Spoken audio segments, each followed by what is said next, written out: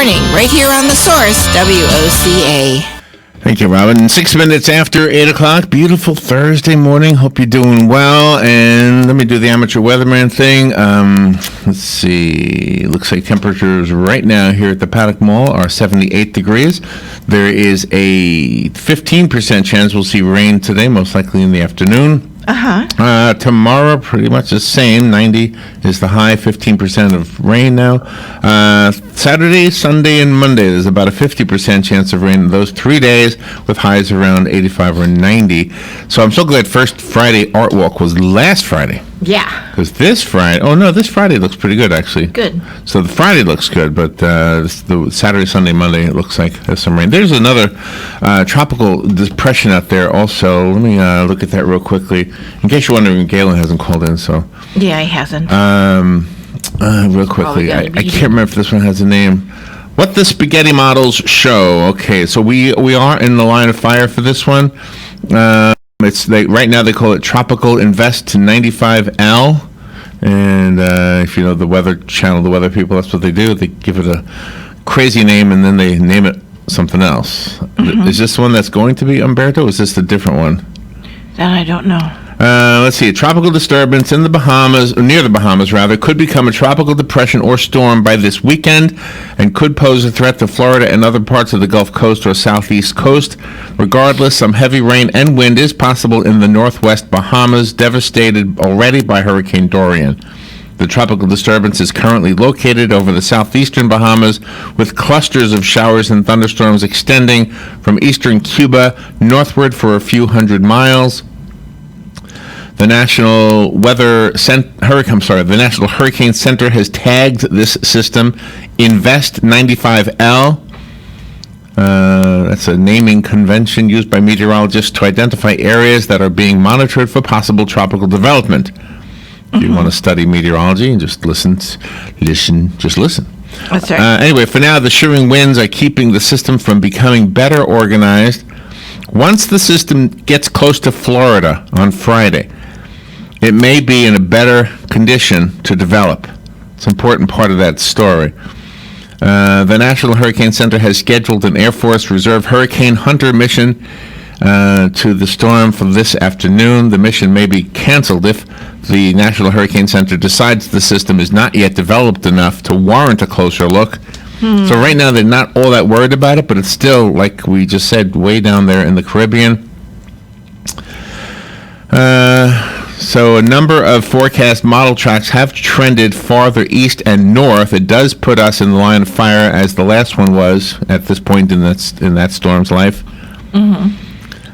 So we could get some rain or some possibly a hurricane. That's the possibility. But right now it's not even a storm. The next tropical storm in the Atlantic Basin will get the name Umberto. So there you go. So the next one, this one they're talking about, is not called Umberto yet, but it might be named that if it develops into a storm with winds faster than 39 miles per hour. Oh, okay. Okay? Okay. Got it? Got it. When you look at the spaghetti models, there's always one guy who's different from the rest. It's this guy way to the left. Pretty much all of them going, through the Bahamas, like entering the state around Miami, and then either making a right turn or keep going straight. But this one guy, look at this to the left. Yeah, well, they want a CYA, because, they have to project all possibilities, even though the one way to the left might be the most unlikeliest. You still have to do that. But I wonder if the guy who's always different is the same guy. Oh, what if it's always that one guy, right, who does it? Yeah. All right, let's take a phone call. I don't think Galen is on the phone. Good morning, you're on the air. Yeah, I'm not Galen. I wish I was. He's kind of a great guy. Hey, Hugh, how you doing? Oh, pretty good, thank you. Say, speaking of spaghettis and all that other stuff with the weather, it always, I watch the Weather Channel quite a bit because I'm interested in weather and meteorology and all that stuff. It's always that European model that's always right on the money. The one that's right, yeah. Versus the American model, and I can't figure that out because they're way over across the ocean, and the hurricanes are on our doorstep, but their predictions are always right on the nail, and ours are close, but never as close as theirs. I don't know, why is that? Don't ask me. I don't know. I've noticed that, though. Yeah, I have noticed that. Yeah. I don't know who the guy is that gets it wrong. I mean, all the time. I don't know who that is. Yeah. Because I've gotten to a point now where I watch the weather when there's something coming in. I'll pay attention to what the European thing has to say and not ours, because they're usually the one that's always correct. So, as far as I'm concerned, they can almost eliminate the American one. Well, what they do is, and I know you know this, Hugh, they average them out. So they give you the average of all of them. So, yeah.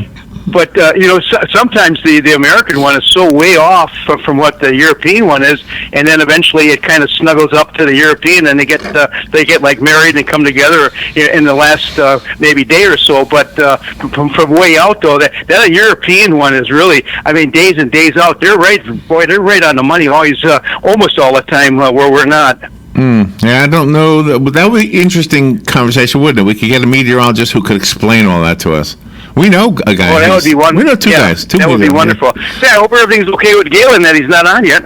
Yeah, we always hope that's the case, too. Hey, thank you, Hugh. Appreciate the call. Yeah, thank you. Bye. Yeah. Galen always emails me eventually and lets me know, if he can't make it or not, and I still haven't received anything from him, so. So one thing we didn't get to discuss yesterday that was in the news, the story about Monopoly, the Monopoly board game. Yes. The Hasbro company. We talked about this real briefly, right? Mm-hmm. But they have published, I guess is the best word, produced, a game called Ms. Monopoly. Yeah, you were mentioning the banker doles out $1,900 in Monopoly money to each female player, but only $1,500 to each male player. Isn't that awful? And then every time you pass go, the women playing get to collect $240. The men only collect $200. That's disgusting. That's unfair. So I wonder why they did that. Is it to make a point? Yeah, they're not equaling the playing field. They're just dissing men. That's all there is to it. They say women are smart. Women should make more. You guys should just go, drink a beer or something. Just drink a beer and have sex. Yeah, I think that's right. That's right. I think that's disgusting. A lot of guys might say, that sounds like a good idea. Anyway, listen to this. To celebrate the new game, Hasbro surprised 3 female inventors with a copy of the game plus $20,580 in real money, not Monopoly money. So when they opened up the thing, a 16-year-old, for example, from Ireland, got the money. A 13-year-old from Denver got the money, and another 13-year-old from Connecticut got the money. They're going to be selling a lot of Ms. Monopoly games. People are going to think they're going to get the cash. You know what'll happen, because you know how competitive people are, right? Mm-hmm. So the guys who say, okay, let's see who wins. It's not how much we get in the beginning. It's how much we have at the end. Right. So it's how smart you are in investing. Sure. I always was bad at that game, by the way. Mm-hmm. I was never good at that game. We always used more money. Yeah, we did. We always got more fake money to use because our games lasted for days. It was really fun. Do you know, there was one other story I wanted to comment on? There was an interesting story out of Florida. Let me see if I can find this one. But anyway, the sheriff's name was Outlaw. I thought, no. Okay. That isn't that interesting. His name is Outlaw, and he becomes a sheriff. Oh, here's one. Here's another local story that's interesting. Now, the artwork looks pretty nice. The artist's rendition. There is a story in the Star Banner that a 28,000 square foot apartment complex would be built overlooking Tuscarora Park. Okay. There we go. The Tuscarora Apartments project will include 27 units and occupy land along part of the 300 block of Northeast Sanchez Avenue. So is that where the city the city told all of the people that own mobile homes to get out, and then they leveled the land? Maybe. Yeah. I don't know. I remember that. The property is just less than an acre and includes 4 lots bordered by Sanchez to the west, Northeast 4th Street to the north, and Northeast 7th Terrace to the west. Can you picture that in your mind? Yeah. Is that same area? I think so, yeah. So anyway, it's the same people, the developer is the same people building the hotel downtown. Of course. Rolando Sosa is the architect. Uh-huh. So, yeah, it's kind of another change happening to Ocala that we'll see in the near future. Yep. All right, we've a guest coming on in just a little bit, and what is the guest talking about?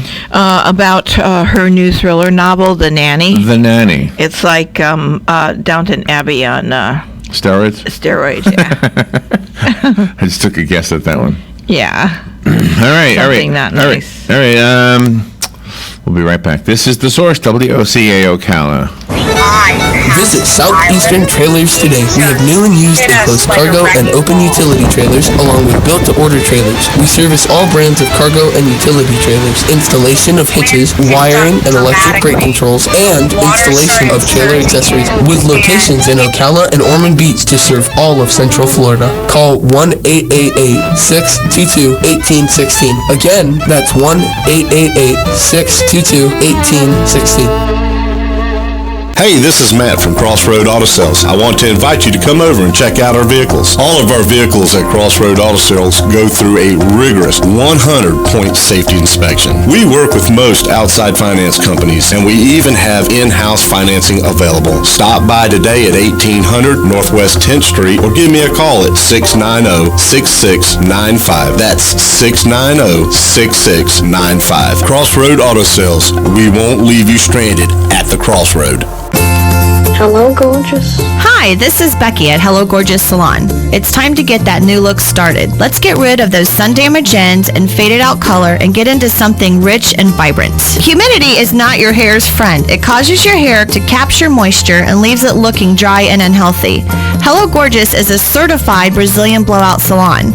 We can tame those locks, leaving your hair healthy and shiny with a Brazilian smoothing treatment. So let us help you make a great first impression. Call us today to set your appointment at Hello Gorgeous.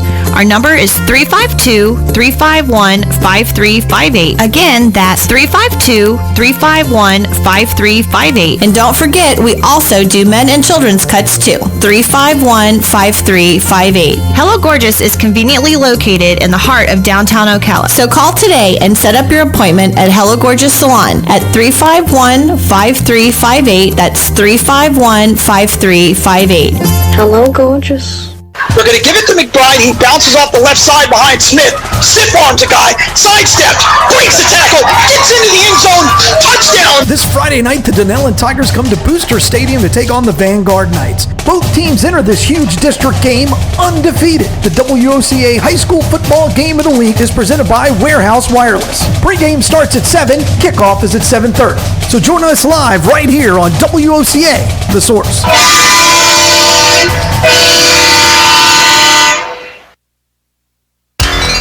Gene Powell Pasture Mowing, 352-629-2440. In addition to our pasture mowing and tractor services, including our zero-turn mowers for your fence line finish. Also available, stump grinding, rototilling, and fence row spraying. We are family owned and operated, licensed and insured, and farm ready. Howell Gene, Gene, at yahoo.com, 352-629-2440. Gene Powell Pasture Mowing, 352-629-2440. Gene is a proud United States veteran.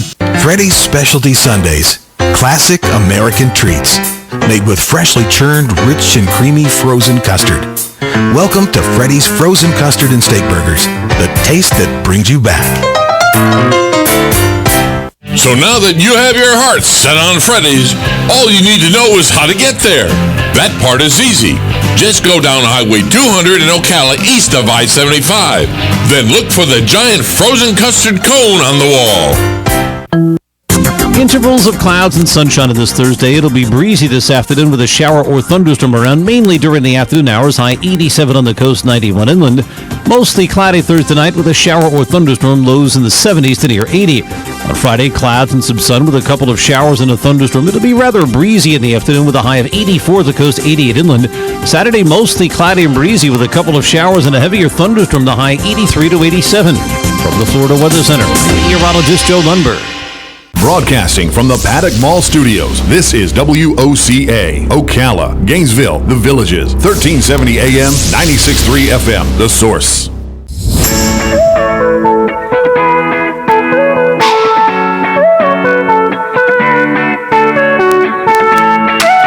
All right, 20 minutes after 8 o'clock. Thank you for tuning in. One of the things you have told us in our feedback moments, especially when we're out there doing things live in the city, You'll come and tell us that you enjoy the interviews with authors, and we got a good one here. Gilly Macmillan is an amazingly accomplished author. In addition to being a New York Times best-selling author, she's also an Edgar-nominated author. She's got so many books to her name, and I've already heard from some of you who are fans. Gilly has a new book. Her book is called The Nanny, and it is a thriller novel. We'll find out about it right now. Gilly Macmillan. Good morning, Gilly. It's an honor to have you on our show. Oh, good morning, Larry. Thank you for having me. Where are you? I'm in Bristol, in the UK. And how's the weather there? I want to know. Across the sea. Well, you know what? It's actually sunny, which is very rare. It's rare? Oh, really? It's sunny here, too, in Florida. It's always sunny here, except for when we have a hurricane. Then it's not sunny. Indeed. So, yeah, you've got an amazing career. I mean, you've been doing... How long have you been an author? A published author, maybe I should put it that way. A published author, I think it's 5 years now. My first book came out 5 years ago. Wow. Is it an enjoyable ride? Are you enjoying it? I'm enjoying it hugely. It's definitely a fast ride, I'll tell you that. I've had to learn a lot because I was a housewife, and one day and the next day a published author, so it's been interesting. Oh, that's fun.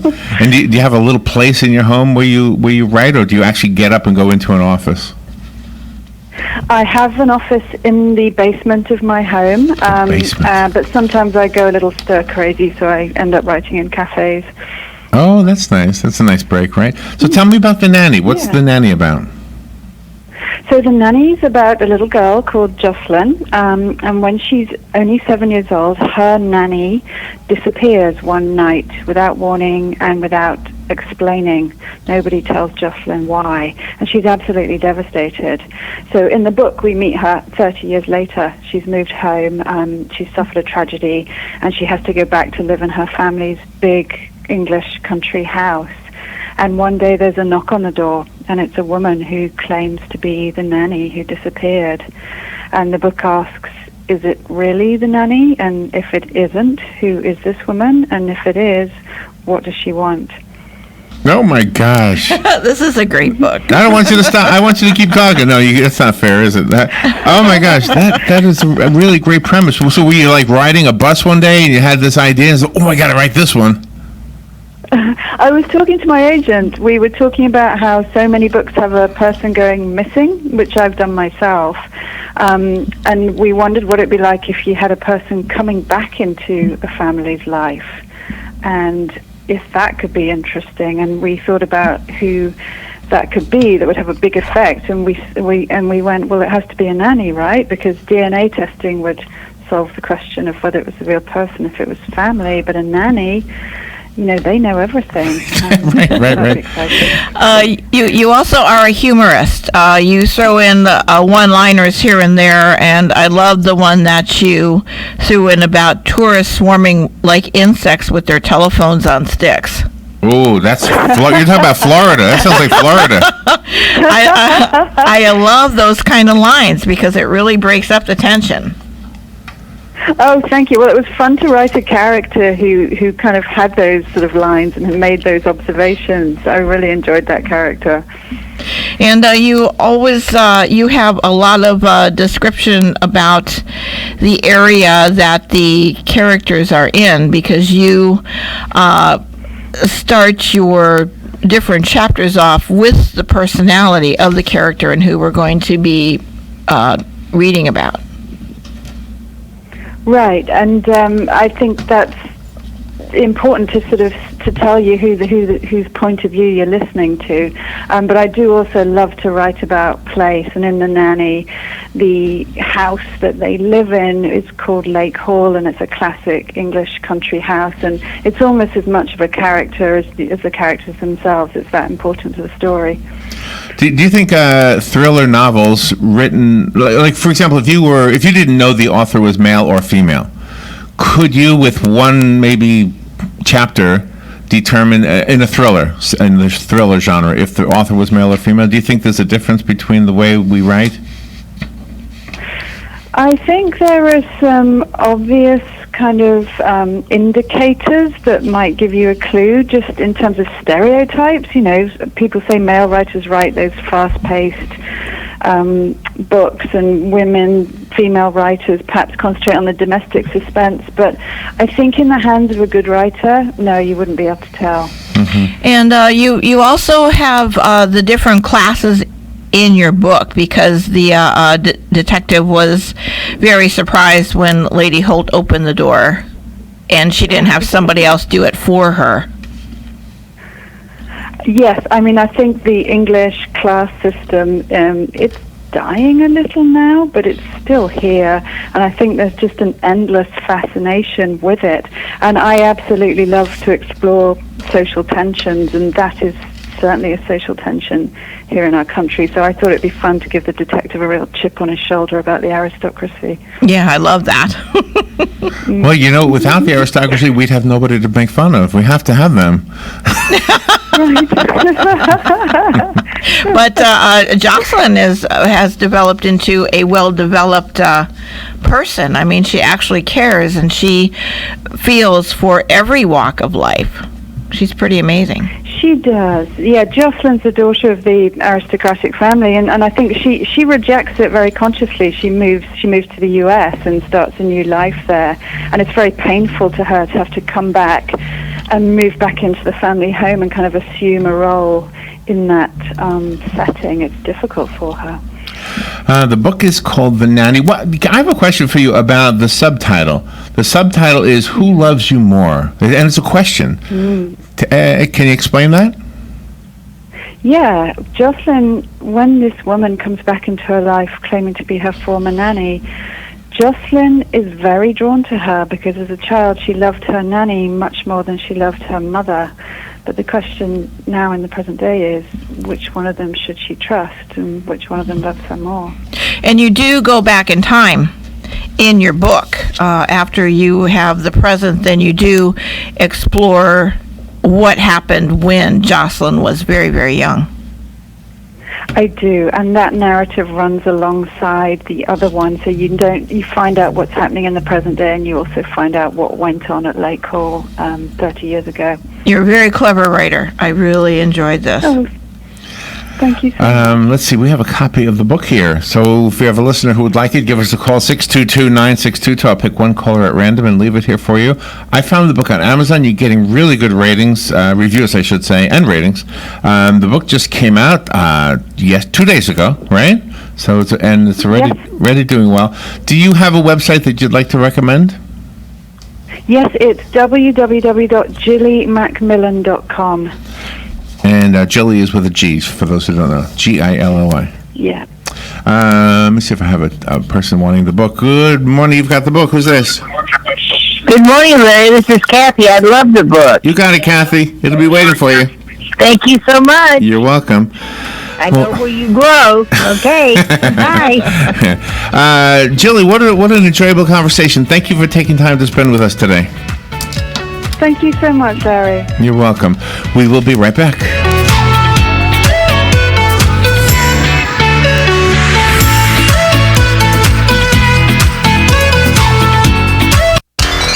Gene Powell Pasture Mowing, 352-629-2440. In addition to our pasture mowing and tractor services, including our zero-turn mowers for your fence line finish. Also available, stump grinding, rototilling, and fence row spraying. We are family-owned and operated, licensed and insured, and farm-ready. Howell Gene, Gene, @yahoo.com, 352-629-2440. Gene Powell Pasture Mowing, 352-629-2440. Gene is a proud United States veteran. Broadcasting from the Paddock Mall Studios, this is WOCA, Ocala, Gainesville, The Villages, 1370 AM, 96.3 FM, The Source.